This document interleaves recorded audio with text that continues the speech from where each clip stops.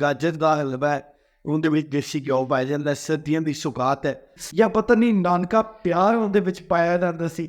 ਨਾ ਹੀ ਉਹ ਖਾਣ ਵਾਲੇ ਰਹੇ ਅਤੇ ਨਾ ਹੀ ਉਹ ਰਸਮਾਂ ਰਿਵਾਜ਼ਾਂ ਰਹੀਆਂ ਜਿਨ੍ਹਾਂ 'ਤੇ ਉਹ ਬਣਾਈਆਂ ਜਾਂਦੀਆਂ ਸਨ। ਅਤੇ ਕੁਝ ਹੈ ਜੇ ਹੈ ਨੇ ਬਟੂੰਡਾ, ਟਾਂਗਰ ਅਤੇ ਰੇਵੜੀਆਂ ਜਾਂ ਪੁਰਾਣੇ ਜਿਹੜੇ ਨਾਈ ਹੁੰਦੇ ਸਨ ਨਾ, ਨਾਈ ਜਿਹੜੇ ਦੇਗਾਂ ਪਕਾਉਂਦੇ ਸਨ। ਅੱਜ ਕੱਲ੍ਹ ਦੇ ਕੁੱਕ ਅਤੇ ਸ਼ੈਫ ਨੇ ਨਾ, ਉਦੋਂ ਨਾਈ ਹੁੰਦੇ ਸਨ, ਉਹ ਦੇਗਾਂ ਪਕਾਉਂਦੇ, ਉਹ ਬਣਾਉਣਾ ਜਾਣਦੇ ਜਾਣਦੇ ਸਨ, ਜਾਂ ਫਿਰ ਪੁਰਾਣੀਆਂ ਕਮਾਈਆਂ। ਅੱਜ ਦੀ ਇਸ ਵੀਡੀਓ ਵਿੱਚ ਤੁਹਾਡੇ ਵਾਸਤੇ ਮੈਂ ਲੈ ਕੇ ਆਇਆ ਹਾਂ ਪੰਜਾਬੀ ਦੀਆਂ ਉਹ ਸੁਗਾਤਾਂ ਜਿਹੜੀ ਸਾਡੇ ਪੰਜਾਬ, ਜਿਹੜੇ ਸਾਡਾ ਲਹਿੰਦਾ ਪੰਜਾਬ ਹੋਵੇ ਅਤੇ ਭਾਵੇਂ ਸਾਡਾ ਚੜ੍ਹਦਾ ਪੰਜਾਬ ਹੋਵੇ, ਉਹਦੇ ਪੰਜਾਬ ਦੇ ਵਿੱਚ ਜਿਹੜੀਆਂ ਮਿਠਾਈਆਂ ਨੇ ਅਤੇ ਖਾਸ ਜਿਹੜੇ ਮੌਕੇ ਨੇ, ਰਸਮ ਅਤੇ ਰਿਵਾਜ ਨੇ, ਉਹਨਾਂ ਦੇ ਕਿਹੜੀਆਂ ਮਿਠਾਈਆਂ ਬਣਾਈਆਂ ਜਾਂਦੀਆਂ ਨੇ ਜਾਂ ਖਾਧੀਆਂ ਜਾਂਦੀਆਂ ਨੇ ਜਾਂ ਖਵਾਈਆਂ ਜਾਂਦੀਆਂ ਨੇ। ਅੱਜ ਦੀ ਵੀਡੀਓ ਵਿੱਚ ਅਸੀਂ ਉਹ ਗੱਲਾਂ ਕਰਾਂਗੇ ਮਿਠਾਈਆਂ ਦੀਆਂ ਜਿਹੜੀਆਂ ਹੁਣ ਪੁਰਾਣੀਆਂ ਹੋ ਗਈਆਂ ਨੇ, ਜਾਂ ਇਹ ਕਹਿ ਸਕਦੇ ਹੋ ਕਿ ਮੁੱਕ ਗਈਆਂ ਨੇ। ਉਹਨਾਂ ਵਿੱਚ ਕੁਝ ਮਿਠਾਈਆਂ ਨੇ ਅੱਜ ਕੱਲ੍ਹ ਨਹੀਂ ਲੱਭਦੀਆਂ, ਨਾ ਹੀ ਉਹ ਬਣਾਉਣ ਵਾਲੇ ਰਹੇ, ਨਾ ਹੀ ਉਹ ਖਾਣ ਵਾਲੇ ਰਹੇ, ਅਤੇ ਨਾ ਹੀ ਉਹ ਰਸਮਾਂ ਰਿਵਾਜ਼ਾਂ ਰਹੀਆਂ ਜਿਨ੍ਹਾਂ 'ਤੇ ਉਹ ਬਣਾਈਆਂ ਜਾਂਦੀਆਂ ਸਨ। ਅਤੇ ਕੁਝ ਹੈ ਜੇ ਹੈ ਨੇ ਉਹ ਤੁਸੀਂ ਖਾ ਸਕਦੇ ਜੇ। ਅਤੇ ਅੱਜ ਦੀ ਵੀਡੀਓ ਵਿੱਚ ਮੈਂ ਤਫਸੀਲ ਨਾਲ ਉਹਨਾਂ ਸਾਰੀਆਂ ਮਿਠਾਈਆਂ ਦਾ ਜ਼ਿਕਰ ਕਰਾਂਗਾ ਜਿਹੜੀਆਂ ਸਾਡੀਆਂ ਅੱਜ ਤੋਂ 10, 20, 30 ਸਾਲ ਪੁਰਾਣੀਆਂ ਨੇ। ਅਤੇ ਅਗਰ ਤੁਸੀਂ ਮੇਰੇ ਚੈਨਲ 'ਤੇ ਨਵੇਂ ਹੋ, ਇਹਨੂੰ ਸਬਸਕ੍ਰਾਈਬ ਕਰ ਲਓ। ਸਭ ਤੋਂ ਪਹਿਲਾਂ ਮੈਂ ਗੱਲ ਕਰਾਂਗਾ ਟਿਕੜੇ। ਟਿਕੜੇ ਜਿਹੜੇ ਨੇ ਸਾਡੇ ਪੰਜਾਬ ਦੇ ਵਿੱਚ ਮਾਵਾਂ ਉਹ ਬਣਾਉਂਦੀਆਂ ਸਨ ਆਪਣੀਆਂ ਧੀਆਂ ਨੂੰ, ਉਹ ਸਾਲ ਵਿੱਚ ਇੱਕ ਰੋਟੀ ਦੇਣੀ ਆਉਂਦੀਆਂ ਸਨ ਅਤੇ ਉਦੋਂ ਟਿਕੜੇ ਬਣਾਉਂਦੇ ਸਨ। ਉਹ ਟਿਕੜੇ ਕਿਵੇਂ ਬਣਦੇ ਸਨ? ਪਹਿਲੇ ਜਨਾਬ ਬਰਨ ਜਿਹੜੇ ਨੇ ਉਹ ਵਿਹੜੇ ਵਿੱਚ ਵਿਛਾਏ ਜਾਂਦੇ ਸਨ, ਮੰਜੀਆਂ ਨੂੰ ਵਿਛਾਈਆਂ ਜਾਂਦੀਆਂ, ਫਿਰ ਪੇਟੀਆਂ ਵਿੱਚੋਂ ਦੁਬਾਰਾ ਨਵੀਆਂ ਕੱਢੀਆਂ ਜਾਂਦੀਆਂ, ਉਹਨਾਂ ਨੂੰ ਉੱਤੇ ਵਿਛਾਇਆ ਜਾਂਦਾ, ਬੜ ਟਿਕੜੇ ਵੇਲੇ ਜਾਂਦੇ ਅਤੇ ਸਾਰੀਆਂ ਮੰਜੀਆਂ ਉੱਤੇ ਜਿਹੜੇ ਨਾ ਟਿਕੜਿਆਂ ਨੂੰ ਵਿਛਾਇਆ ਜਾਂਦਾ। ਜਦੋਂ ਟਿਕੜੇ ਦੋ 'ਤੇ ਸੁੱਕ ਜਾਂਦੇ, ਉਹ ਉਹਨਾਂ ਨੂੰ ਉਤਰਿਆ ਜਾਂਦਾ ਸੀ, ਤਲ ਕੇ ਉਹਨਾਂ ਦੇ ਜੋਟੇ ਬਣਾਏ ਜਾਂਦੇ ਸਨ। ਜੋਟੇ ਨੂੰ ਕਰਾਂ ਵੀ ਆਏ ਜਿਹੜੇ ਕਿ ਜੋੜਾ ਦੋ ਜੋੜੇ ਨੇ, ਇਸਦਾ ਯਾਨੀ 2 ਟਿਕੜੇ ਜਿਹੜੇ ਨੇ ਉਹ ਇਹਨੂੰ ਇੱਕ ਗਿਣਿਆ ਜਾਂਦਾ ਸੀ। ਇਸ ਤਰ੍ਹਾਂ 21 ਦੀ ਜੋੜੀ, 42 ਦੀ ਜੋੜੀ, 20 ਦੀ ਜੋੜੀ, 10 ਦੀ ਜੋੜੀ, ਯਾਨੀ ਮੈਂ ਆਪਣੀ ਬੇਟੀ ਨੂੰ ਜਾ ਕੇ ਦੇਣਾ ਅਤੇ ਮਾਮਾ ਸਾੜੀਆਂ ਚੁੱਕਤੇ ਉਹਨੂੰ ਬੰਨ੍ਹ ਕੇ ਸਿਰ 'ਤੇ ਟੁਰ ਪੈਂਦੀਆਂ ਸਨ, ਆਪਣੀਆਂ ਧੀਆਂ ਨੂੰ ਜਾ ਕੇ ਉਹ ਦਿੰਦੀਆਂ ਸਨ। ਅਤੇ ਜਿਹੜੇ ਉਹਦੇ ਸਸੁਰਾਲ ਵਾਲੇ ਹੁੰਦੇ ਸਨ, ਉਹਨਾਂ ਦੇ ਵਿੱਚ ਉਸ ਧੀ ਨੂੰ ਸ਼ਾਹੀ ਹੁੰਦੀ ਸੀ, ਉਹ ਚੋੜੀ ਹੁੰਦੀ ਸੀ ਕਿ ਮੇਰੇ ਮਾਂ ਪਿਓ ਪਿੱਛੋਂ ਆਏ ਨੇ ਰੋਟੀ ਮੇਰੀ ਲੈ ਕੇ, ਅਤੇ ਉਹਨੂੰ ਇੰਨਾ ਫਖਰ ਤੇ ਮਾਣ ਹੁੰਦਾ ਸੀ ਅਤੇ ਉਡੀਕ ਹੁੰਦੀ ਸੀ ਉਸ ਦਿਨ ਦੀ ਕਿ ਮੇਰੇ ਵਾਸਤੇ। ਅਤੇ ਮੈਨੂੰ ਯਾਦ ਹੈ ਕਿ ਮੇਰੀ ਵਾਲਦਾ ਜਿਹੜੀ ਸੀ, ਮੇਰੀ ਅੰਮੀ ਵੀ ਟਿਕੜੇ ਬਣਾਉਂਦੀ ਸੀ, ਪਰ ਜਿਹੜੇ ਟਿਕੜੇ ਮੇਰੀ ਨਾਨੀ ਲੈ ਕੇ ਆਉਂਦੀ ਸੀ ਨਾ, ਉਹ ਬੜੇ ਮਜ਼ੇਦਾਰ ਹੁੰਦੇ ਸਨ। ਅਸੀਂ ਕਿੰਨੇ ਦਿਨ ਉਹ ਟਿਕੜੇ ਖਾਂਦੇ ਰਹੇ, ਜਿਸ ਤਰ੍ਹਾਂ ਸਕੂਲ ਵੀ ਲੈ ਕੇ ਜਾਂਦੇ ਸਾਂ, ਕਿਉਂ ਉਹ ਟੁਕੜੇ ਜਿਹੜੇ ਨੇ ਉਹ ਨਰਮ ਹੁੰਦੇ ਸਨ, ਸੌਫਟ ਅਤੇ ਬੜੇ ਹੁੰਦੇ ਸਨ। ਪਤਾ ਨਹੀਂ ਉਹ ਆਟੇ ਬਣਾਉਂਦੇ ਸੀ ਅਤੇ ਮੇਰੀ ਮਾਂ ਮੈਦੇ ਦੀ ਬਣਾਉਂਦੀ ਸੀ, ਕਿ ਪਤਾ ਨਹੀਂ ਉਹਦੇ 'ਚ ਕੀ ਗੱਲ ਹੁੰਦੀ ਸੀ, ਜਾਂ ਪਤਾ ਨਹੀਂ ਨਾਨਕਾ ਪਿਆਰ ਉਹਦੇ ਵਿੱਚ ਪਾਇਆ ਜਾਂਦਾ ਸੀ। ਅਤੇ ਸਾਨੂੰ ਉਹ ਟਿਕੜੇ ਨਾਨੀ ਦੇ ਜ਼ਿਆਦਾ ਪਸੰਦ ਸੀ ਸਾਡੀ ਮਾਂ ਨਾਲੋਂ। ਇਹਦਾ ਮਤਲਬ ਹੈ ਵੀ ਦੂਜੀ ਗੱਲ ਵੀ ਹੋ ਸਕਦੀ ਕਿ ਸਾਡੀ ਮਾਂ ਨੂੰ ਸਾਡੀ ਨਾਨੀ ਵਰਗੇ ਬਣਾਉਂਦੇ ਰਹਾਂਦੇ ਹੋਣ। ਇਹਦਾ ਮਤਲਬ ਇਹ ਹੈ ਕਿ ਅੱਜ ਦੀ ਜਿਹੜੀਆਂ ਔਰਤਾਂ ਨੇ ਉਹ ਤਾਂ ਫਿਰ ਉਹਨਾਂ ਨੂੰ ਮਜ਼ੀਦ ਟਿਕੜੇ ਤਾਂ ਬਣਾ ਲੈਣ ਗਿਆ, ਪਰ ਉਹ ਸਵਾਦ ਉਹਨਾਂ ਵਿੱਚ ਨਹੀਂ ਆ ਰਿਹਾ।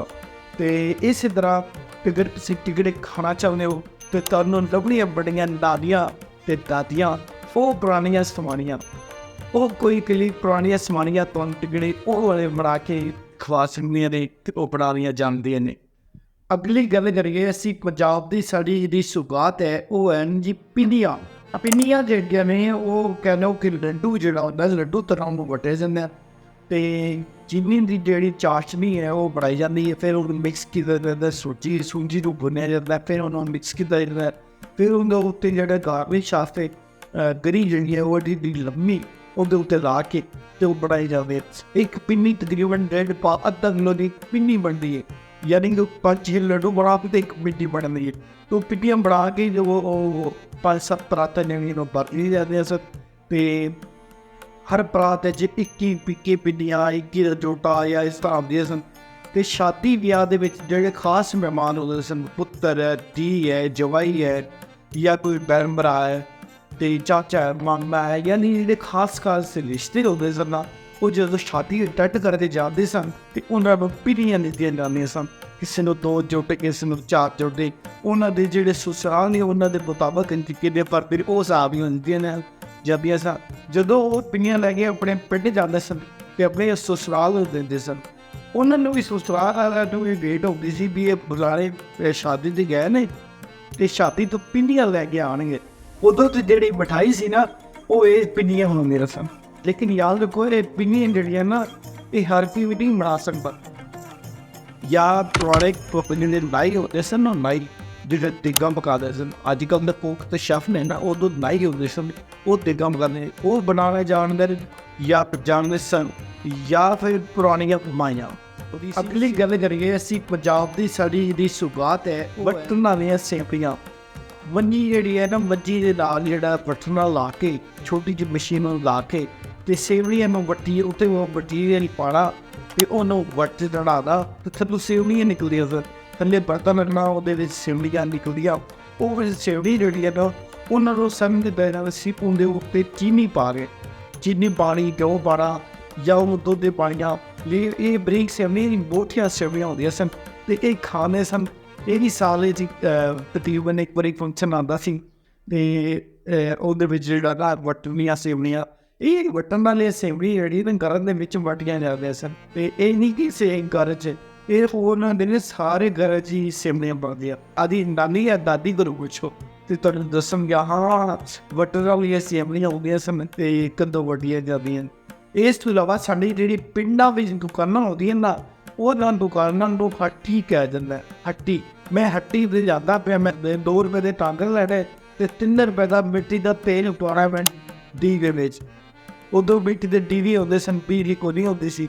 ਦੀਵੇ ਵਿੱਚ ਮਿੱਟੀ ਦਾ ਤੇਲ ਪਾਇਆ ਜਾਂਦਾ ਸੀ। ਉਹ ਦੀਵੇ ਨੂੰ ਥੋੜ੍ਹੀ ਵੱਟ 'ਤੇ ਅੱਗ ਲਾਈ ਜਾਂਦੀ ਸੀ ਤੇ ਉਹਦਾ ਚਾਨਣ ਦੇ ਜਨਾਬ ਬਹਿ ਕੇ ਤੇ ਕਹਾਣੀਆਂ ਸੁਣੀਆਂ। ਤੇ ਉਦੋਂ ਸਾਰੇ ਇਕੱਠੇ ਬਹਿਣਾ, ਇੱਕ ਜਿਹੜੇ ਨੇ ਕਹਾਣੀ ਸੁਣਾਉਣੀ, ਦੀਵੇ ਦੀ ਲਾਈਟ ਦੇ ਥੋੜ੍ਹੀ ਜਿਹੀ ਰੋਸ਼ਨੀ ਹੋਣੀ ਤੇ ਸੁਣਦੇ ਕਹਾਣੀ ਸੌ ਜਾਣਾ। ਪਰ ਸਾਡੀ ਜਿਹੜੀਆਂ ਪਿੰਡਾਂ ਦੇ ਵਿੱਚ ਹੱਟੀਆਂ ਹੁੰਦੀਆਂ ਸਨ, ਉਹ ਹੱਟੀਆਂ ਦੇ ਉੱਤੇ ਜੋੜੀ ਭਰ ਕੇ ਦਾਣਿਆਂ ਦੀ ਲੈ ਜਾਣੀ ਜਾਂ ਨਰਮਾ ਲੈ ਕੇ ਜਾਣਾ। ਉਹ ਜਨਾਬ ਉਹਦੇ ਥਾਂ ਦੇ ਸਾਹਮਣੇ ਮਰੂੰਡਾ ਦਿੰਦਾ ਸੀ। ਮਰੂੰਡਾ ਟਾਂਗਰ ਤੇ ਰੇਪੜੀਆਂ ਇਹ ਲੱਗਦੀਆਂ ਸਨ। ਇਹ ਸਾਡੇ ਵਾਸਤੇ, ਮੈਂ ਸਮਝਦਾ ਕਿ ਜਿਹੜੇ ਪਿੰਡਾਂ ਤਾਂ ਦੇ ਵਿੱਚ ਰਹਿਣ ਦੇ ਬੰਦੇ ਉਹਨਾਂ ਵਾਸਤੇ ਇਹ ਚਾਂਦੀ ਹੁੰਦੀ ਸੀ। ਇਹ ਮਿਠਾਈਆਂ ਜਦੋਂ ਲੈ ਕੇ ਖਾਂਦੇ ਸਨ, ਇਹ ਬਸ ਬਾਤ ਹੁੰਦੀ ਸੀ ਉਹਨਾਂ ਕੋਲ, ਜਿਹੜੀ ਸਾਨੂੰ ਪੈਸੇ ਦੇ ਕੇ ਲੱਭ ਜਾਂਦੀ ਸੀ ਦੁਕਾਨਾਂ ਤੋਂ। ਪਰ ਇਹ ਗੱਲ ਹੈ ਕਿ ਉਹ ਸ਼ੀਆਂ ਜਿਹੜੀਆਂ ਨੇ ਉਹ ਬੜੀਆਂ ਖਾਲਸ ਹੁੰਦੀਆਂ ਸਨ। ਉਹਦੇ ਵਿੱਚ ਮਲਾਵਟ ਡਰਾਮੇਬਾਜ਼ੀ ਅੱਜ ਕੱਲ੍ਹ ਜਿਹੜੀ ਹੁੰਦੀ ਵੀ ਹੈ ਇਹ ਕੋਈ ਨਹੀਂ ਹੁੰਦੀ ਸੀ। ਹਰ ਚੀਜ਼ ਖਾਲਸ ਸੀ। ਸਾਡੀਆਂ ਮਿਠਾਈਆਂ ਪੰਜਾਬ ਦੀਆਂ ਹੋਰ ਵੀ ਬੜੀਆਂ ਨੇ, ਜਿਵੇਂ ਕਿ ਕਹਿ ਲਓ ਕਿ ਗਾਜਰ ਦਾ ਹਲਵਾ, ਉਹਦੇ ਵਿੱਚ ਦੇਸੀ ਘਿਓ ਪਾਇਆ ਜਾਂਦਾ। ਸਰਦੀਆਂ ਦੀ ਸੁਗਾਤ ਹੈ ਅਤੇ ਬੜੀਆਂ ਚੀਜ਼ਾਂ ਹੋਰ ਨੇ, ਬੜੀਆਂ ਮਿਠਾਈਆਂ ਹੋਰ ਨੇ ਜਿਹੜੀਆਂ ਸਾਡੇ ਪੰਜਾਬ ਵਿੱਚ ਖਾਦੀਆਂ ਅਤੇ ਖਾਸ ਐਤਮਾਮ ਕੀਤਾ ਜਾਂਦਾ ਹੈ ਅਤੇ ਖਾਸ ਦਿਨਾਂ ਵਿੱਚ। ਅਤੇ ਹੁਣ ਮੇਰੀ ਵੀਡੀਓ ਬੜੀ ਲੰਬੀ ਹੋ ਰਹੀ ਹੈ। ਅਗਲੀ ਵੀਡੀਓ ਵਿੱਚ ਮੈਂ ਤੁਹਾਡੇ ਵਾਸਤੇ ਕੁਛ ਹੋਰ ਮਿਠਾਈਆਂ ਜਿਹੜੀਆਂ ਸਾਡੇ ਪੰਜਾਬ ਵਿੱਚ ਨੇ ਉਹਨਾਂ ਦਾ ਤਫਸੀਲ ਨਾਲ ਜ਼ਿਕਰ ਕਰਾਂਗਾ। ਮੇਰੇ ਚੈਨਲ ਦੇ ਨਵੇਂ ਹੋ ਅਤੇ ਤੁਸੀਂ ਪੰਜਾਬੀ ਦੀ ਪੁਰਾਣੀਆਂ ਚੀਜ਼ਾਂ ਨੂੰ ਲਵ ਕਰਦੇ ਹੋ ਅਤੇ ਇਹਨੂੰ ਸਬਸਕ੍ਰਾਈਬ ਲਾਜ਼ਮੀ ਕਰੋ, ਕਿਉਂਕਿ ਮੈਂ ਤੁਹਾਡੇ ਵਾਸਤੇ ਇਹ ਵਾਲੀ ਵੀਡੀਓ ਬਣਾਉਂਦਾ ਰਹਾਂਗਾ। ਬਹੁਤ ਸ਼ੁਕਰੀਆ।